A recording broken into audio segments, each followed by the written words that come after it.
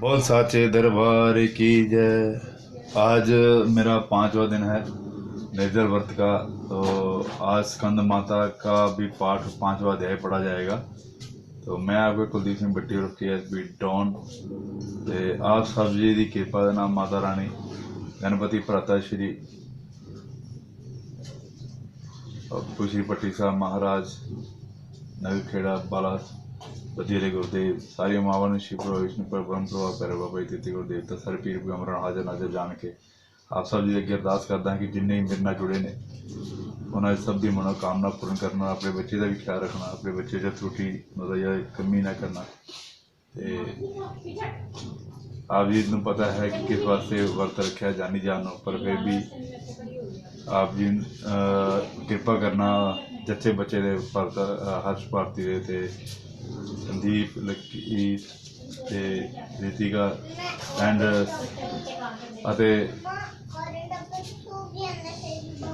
मिथुन दा पनीत चोपड़ा करण जौहर पुनीत पाठक और अन्य जिन्हें मेरे नाल जुड़े ने मेरे साथी जो सुख दुख काम आए ने ते उन्होंने सब नूं अपने दे कृपा बनाए रखना, अपनी कृपा बनाए रखना बच्चे ते अपने बच्चे की कृपा पुकार सुनना ते बोल साचे दरबार की जय। मैं हुण 5वां अज अध्याय पढ़न जा रहा ते 5वां अध्याय पढ़ूंगा तो उहदे नाल ही कि ना मैं अपना तुहानूं जिक्र करूँगा।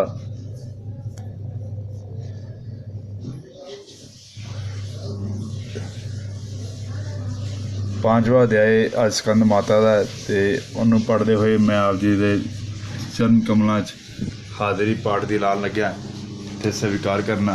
बहुत साचे दरबार की जय। हे मां सच्चियां जोतां वाली माता जी तुहाडी सदा ही जय।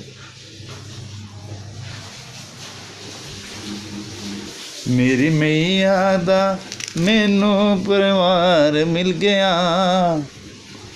मेरी मैया दा मैनू प्यार मिल गया, मेरी मैया दा मैनू प्यार मिल गया।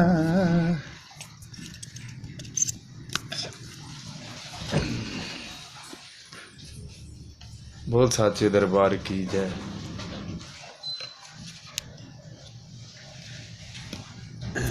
आशा करना है कि अज जेड़ा पाठ करन जा रहा ते ओदी विनती स्वीकार करना।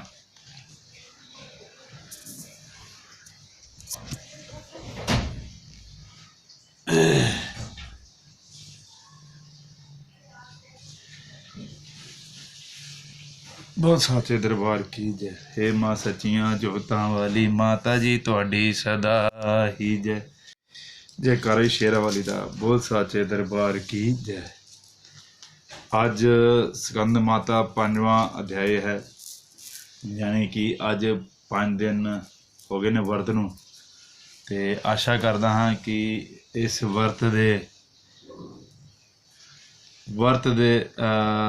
सब वर्णन करोगे तो बेनती स्वीकार करोगे और सब दी दुआवां चाहिए।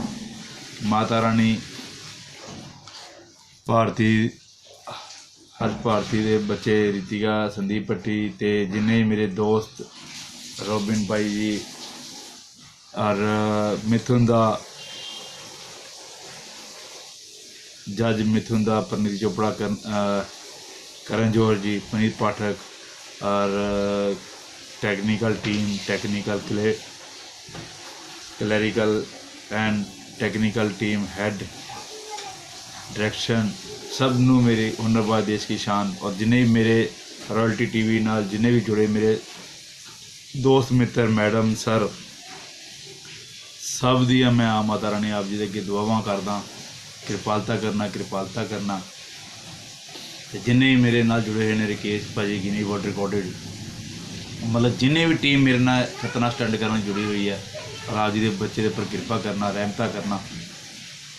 जो भी रस्ते मिले जो भी कोई दुश्मन है उन्होंने क्षमा करना अते अपने बच्चे को चढ़ती कला च रखना, बच्चे अंग संग सहाई रहना, अपने परिवार के अंग संग सहाई रहना, कृपा करना, सब के उपर कृपा बनाई रखना, सदी मनोकामना पूर्ण करना। बहुत साचे दरबार की जय।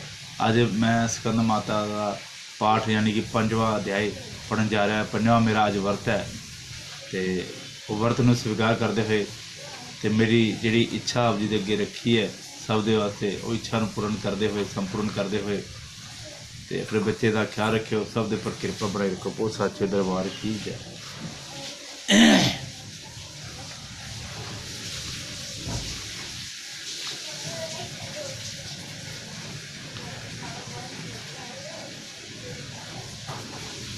राजेंद्र जी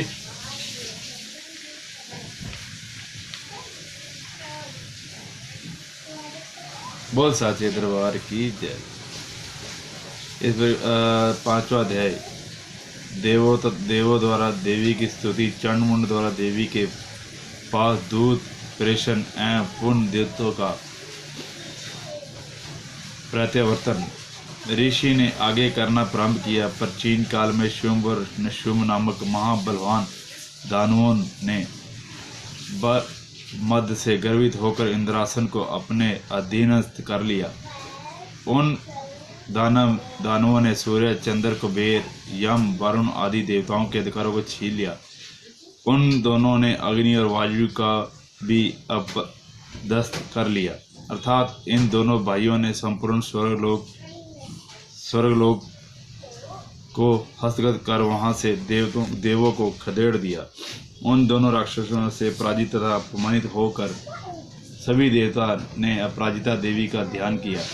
पूर्व काल से जगदम्बा तथा देवों को वर प्राप्त था कि जब भी उन पर किसी प्रकार का संकट उपस्थित होगा तभी देवी की आराधना द्वारा उनका संकट दूर हो जाएगा। ऐसा सोचकर सभी देवता हिमालय पर्वत पर जाकर भगवती विष्णु माया की स्तुति करने लगे। देवताओं ने कहा, देवी को नमस्कार, महादेवी शिवा को हम सभी प्रणाम करते हैं, प्रकृति व भद्रा को नमस्कार। हम लोग नियम पूर्वक जगजननी जगदम्बा को वंदन करते हैं। रौद्रा, नित्र्य, गौरी एवं धात्री देवी को मेरा बारंबार नमस्कार। ज्योतना सनामही चंद्र रूपनी एवं सुख स्वरूपनी देवी को मेरी सत सत वंदना। शरण प्रार्थनों के लिए कल्याणकारी, वृद्धिकारी व सिद्ध स्वरूपनी देवी को हम सब लोग बार बार प्रणाम करते हैं।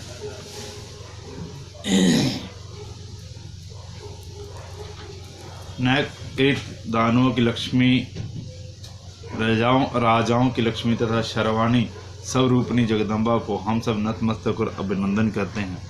दुर्गा, संकट हरणी, सर्वसार भूता, सर्वकर्णी, ख्याति, कृष्णा और ध्रुमा देवी को मेरा सदैव नमस्कार है। माँ अत्यंत सौम्य व अत्यंत रुद्रा देवी को हम सब 100 बार प्रणाम करते हैं, नमस्कार करते हैं।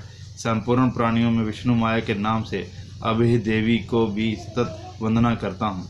समस्त जीवों में चेतना नामक से युक्त देवी का मैं देवी को अभिवादन करता हूँ। सभी प्राणियों में बुद्धि रूप से अवस्थित देवी को मेरा प्रणाम है। समस्त जीवों में निद्रा रूप में स्थित देवी को भी वंदना करता हूँ। सभी जीवों में शुद्ध रूप में विद्यमान देवी को मेरा अभिवादन है। सभी जीवों में छाया रूप में स्थित देवी को मेरा साक्षात नमस्कार है, जो सभी प्राणियों में शक्ति, तृष्णा व शांति रूप से अवस्थित हैं। उन देवी का मैं बारंबार अभिवादन करता हूँ। सभी जीवों में जाति तथा लज्जा रूप से विद्यमान रहने वाली देवी को मैं शत नमस्कार करता हूँ। सभी जीव धाराओं में शांति, श्रद्धा व कांति रूप व्यवस्थित देवी को मैं नमस्कार करता हूँ। जो देवी आप लोगों में लक्ष्मी रूप से अधिष्ठ है उसको भी मेरा शत नमस्कार है। सभी जीव धाराओं में उनके जिनकी स्थिति, वृत्ति तथा स्मृति रूप में है उन देवी का भी मैं अभिवादन करता हूँ।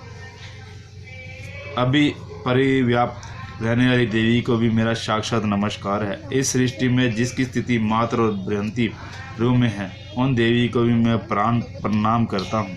सभी प्राणियों में व्यापक इंद्रियों के अधिष्ठात्री देवी को भी मैं सत नमस्कार करता हूँ। जिनकी व्याप्ति द्वारा सृष्टि में चैतन्य रूप से है उन देवी का मेरा नमस्कार है। प्राचीन काल में अब इष्ट सिद्धि के देवों ने जिसकी स्तुति की वह चिरकाल एक देवराज इंद्र ने जिनका सेवन कर कल्याण दात्री ये श्री हमारा हित एवं मंगल करे और मेरे पे आई विपत्तियों का निवारण करे।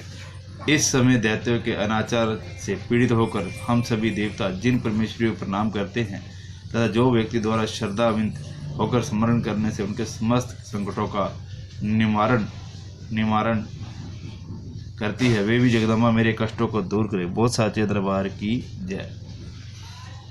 इसके बाद ऋषि ने कहा, हे राजन, देवताओं द्वारा जिस समय माँ स्तुति पाठ हो रहा था उसी समय पार्वती जी ने भी वहाँ गंगा स्नान पर्दारापण किया था।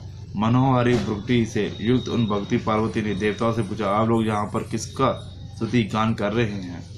तब उन्हीं के शरीर कोश से निर्गित शिवा देवी ने ही उत्तर दिया, ये सभी देव युद्ध में शुभ निशुभ नामक दैत्यों से अपमानित व अपराजित होकर मेरी स्तुति कर रहे हैं। पार्वती जी के शरीर कोश से ही अंबिका देवी की उत्पत्ति हुई, इसलिए वे त्रिलोक्यों में कोशकी नाम से संबंधित की। कोशकी की उत्पत्ति के बाद पार्वती जी के शरीर का रंग काला पड़ गया, इसलिए वे हिमालय पर निवास करने वाली कालिका देवी के नाम से प्रसिद्ध हुई। तंस और शुंभ के अनुचर चंड मुंड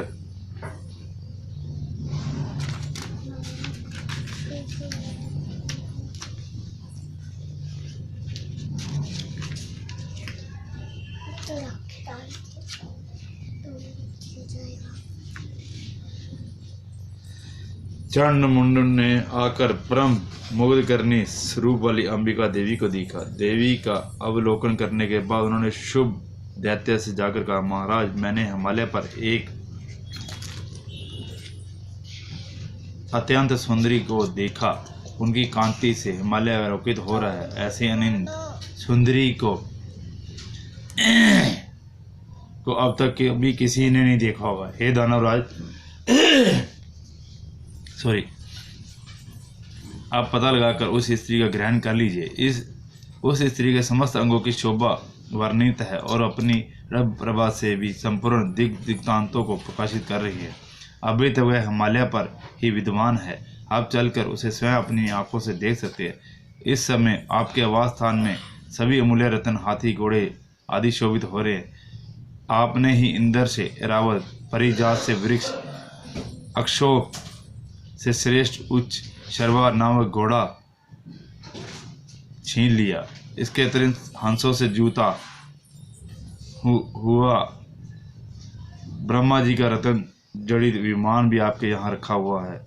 आपके कुबेर से महापद नामक निधि भी हरण करके आपने अपने पास रख लिया। समुंदर से ने केसरों से सुगंधित अपना किंच किलिंग नामक माला आपके हाथों तक सह समर्पित कर दी है, जिसके कमल सदैव हरे बने रहते हैं। वरुण देव का सोना बरसाने वाला छाता भी आपके घर की शोभा बढ़ा रहा है तथा प्रजापति का उत्तम रथ भी आपके अधिकार में है।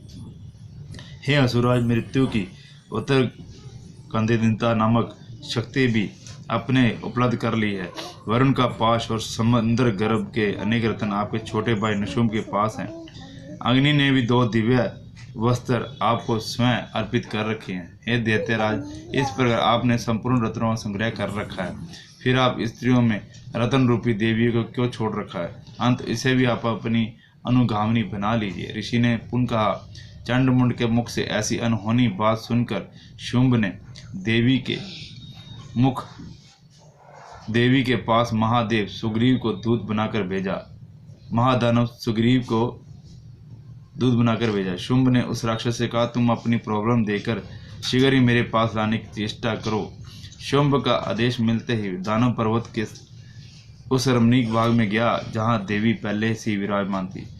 तब शुंभ के दूत ने देवी को बंदर वचन से कहा। दूत ने देवी से कहना प्रारंभ किया, हे देवी, इस समय दैत्यराज शुंभ ही इस त्रिलोक्या में एकमात्र अधिपति है। उन्हीं का भेजा हुआ मैं एक दूत हूँ। दूत के रूप में तुम्हारे सम्मुख उपस्थित हुआ हूँ। सभी देवगण उनकी आज्ञा का पालन बिना प्रतिरोध करते आए हैं, क्योंकि कोई भी उनका आदेश नहीं टाल सकता। उन्होंने संपूर्ण देवों पर विजय प्राप्त किया है। तुम्हारे लिए उन्होंने जो संदेश मुझे कहलवाया वो तुम उसे ध्यान से सुनो। दानवराज, मैंने कहा कि इस समय सारी सृष्टि मेरे वशीभूत है।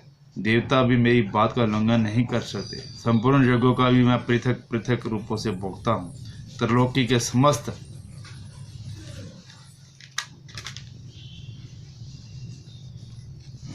रत्न मेरे ही पास उपलब्ध है। देवराज इंद्र का सर्वश्रेष्ठ वाहन ऐरावत हाथी भी मेरे पास है। क्षीर सागर के मंथन काल में प्राप्त उच्चे शर्वा नामक अशव रत्न देवताओं ने भी मुझे दे डाला है। इसके अतिरिक्त नागों, गंधर्वों और देवों के पास अपने मूल्य निधि थे, वे सभी मेरे अधीन हैं। हे देवी, हम लोग तुम्हें नारियों में रतन मानते हैं। अंत तुम हमारे पास चली आओ, क्योंकि उन दुर्लभ वस्तुओं का उपभोग करने वाला एकमात्र मैं ही हूँ। ये हे चंचल लक्षी, तुम मेरे महाबलवान भाई निशुंभ के पास रहकर सर्वदुर्लभ सुखों का उपयोग करो, क्योंकि तुम रतन स्वरूपा हो। मेरा वर्ण करके तुम अपनी अतुल्य संपत्ति की अधीश्वरी बन सकती हो। तुम अपनी समझ से काम लो और मेरी पत्नी बनना सहर्ष स्वीकार करो। तब ऋषि ने कहा। दूत द्वारा इस बात सुनकर कल्याणकारिणी भगवती दुर्गा अपने मन में गंभीर भाव से मुस्कुराते हुए उस दूत से बोली। हे देवी ने दानव दूत से कहा, हे दूत, तुमने जो मुझसे जो कुछ बताया है वह अक्षरक्ष सत्य है, इनमें तनिक भी संदेह नहीं।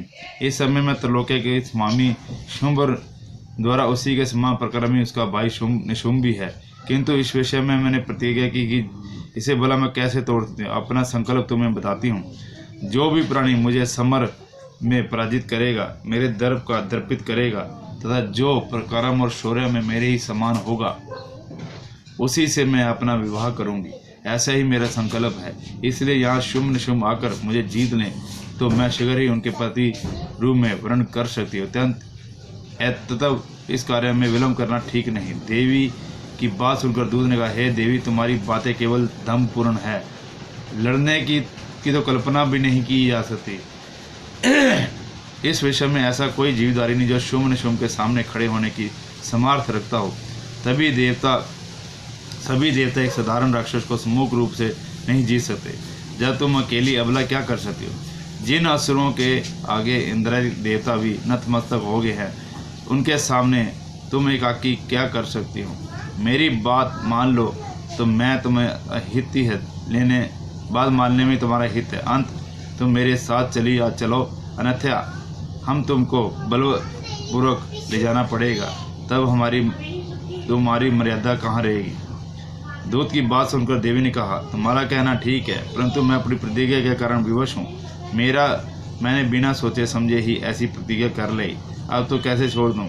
इसलिए तुम अपने स्वामी से मेरी बातें समझाकर कहो और उसके बाद मैं उचित समझेंगे वैसा करेंगे। आज मेरा ये 5वां अध्याय संपूर्ण हुआ, यानी कि आज 5वां दिन का व्रत संपूर्ण हुआ। तो माता रानी आपको कल्याण करे, आपको चढ़ती कला में रखे, बिजी रखे, तंदुरुस्त बख्शे सबको। हे मेरी सच्चियां जोतां वाली माता, तुहाडी सदा ही जय। बोल साचे दरबार की जय। हे मां मेरी सच्ची जोतां वाली सदा ही जय। कृपा करना, कृपा करना, कृपा करना, कृपा करना। बोल साचे दरबार की जय।